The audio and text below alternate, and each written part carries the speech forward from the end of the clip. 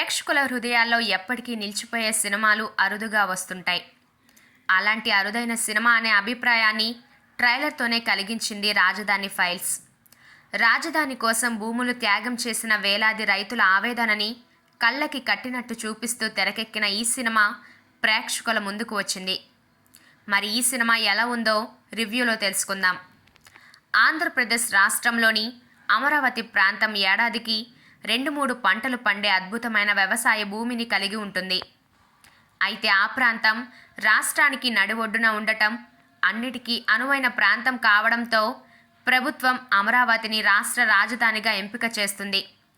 తరతరాలుగా ఆ భూమినే నమ్ముకొని బ్రతుకుతున్న రైతులకు తమ భూములు ఇవ్వడం ఇష్టం లేనప్పటికీ రాష్ట్రం కోసం, భావితరాల భవిష్యత్తు కోసం త్యాగానికి సిద్ధపడతారు.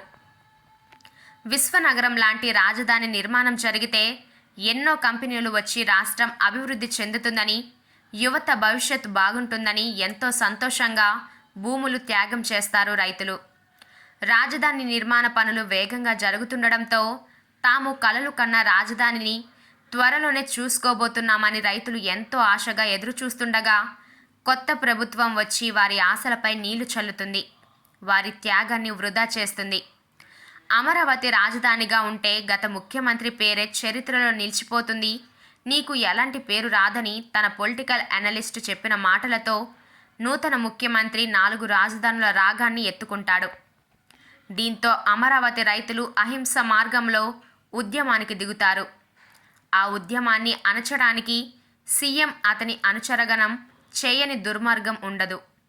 ఆ దుర్మార్గాలను తట్టుకొని రైతులు ఎలా పోరాడారు, ఆ పోరాట ఫలితంగా అమరావతి రాజధానిగా ఉందా అనేది సినిమా చూసి తెలుసుకోవాలి.